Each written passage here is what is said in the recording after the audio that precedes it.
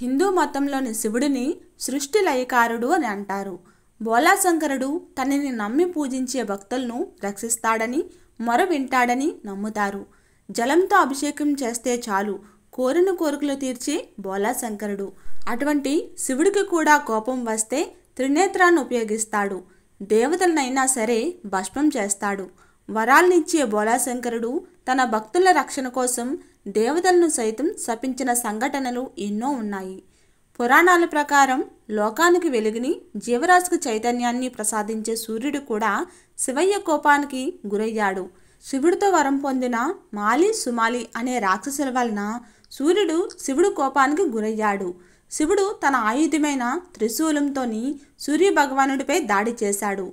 దీని కారణంగా మొత్తం సృష్టి అంతా కూడా చీకటగా మారిపోయింది. ఆ సంఘటన ఏమిటి, దాని గురించి వివరంగా తెలుసుకుందాం. బ్రహ్మ వైవర్త పురాణంలోని తీవ్రమైన శారీరక నొప్పితో బాధపడుతున్న మాలి, సుమాలి అనే రాక్షసులు సూర్య భగవానుడి కారణంగా వారు దాని నుండి విముక్తి పొందలేకపోయారని పేర్కొన్నారు. ఇద్దరూ శివుడిని శరణు వేడాలని నిర్ణయించుకున్నారు. వారిద్దరూ తమ బాధను శివునికి తెలియజేసి తాము కోలుకోకపోవడానికి గల కారణాన్ని సూర్య భగవానుడి గురించి చెప్పారు. మాలి, సుమాలి కష్టాలను విన్న శివుడు కలత చెందాడు. అంతేకాదు తీవ్ర ఆగ్రహంతో వెంటనే త్రిశూలంతోని సూర్య భగవానుడిపై దాడి చేశాడు. త్రిశూలంతో శివుడు చేసిన దాడి కారణంగా సూర్య భగవానుడు స్పృహ కోల్పోయి తన రథం నుండి కింద పడిపోయాడు. దీంతో సృష్టి మొత్తం కూడా చీకటగా మారిపోయింది. సూర్య భగవానుడు కశ్యప మహర్షి కుమారుడు. విశ్వంలోని అంధకారం మారింది. శివుడు తన కుమారుడైన సూర్యుడిపై చేసిన దాడి గురించి కశ్యప మహర్షికి తెలిసింది.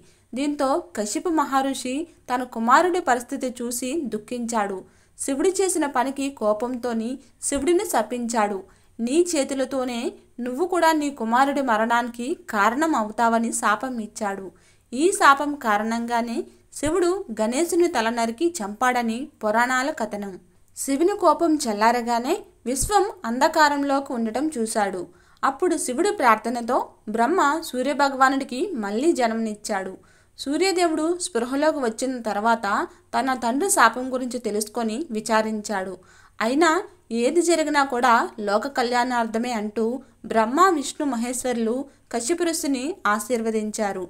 మళ్ళీ సూర్యభగవానుడు తన రథాన్ని ఎక్కి విధులను నిర్వహిస్తూ విశ్వానికి వెలుగివ్వడం ప్రారంభించాడు.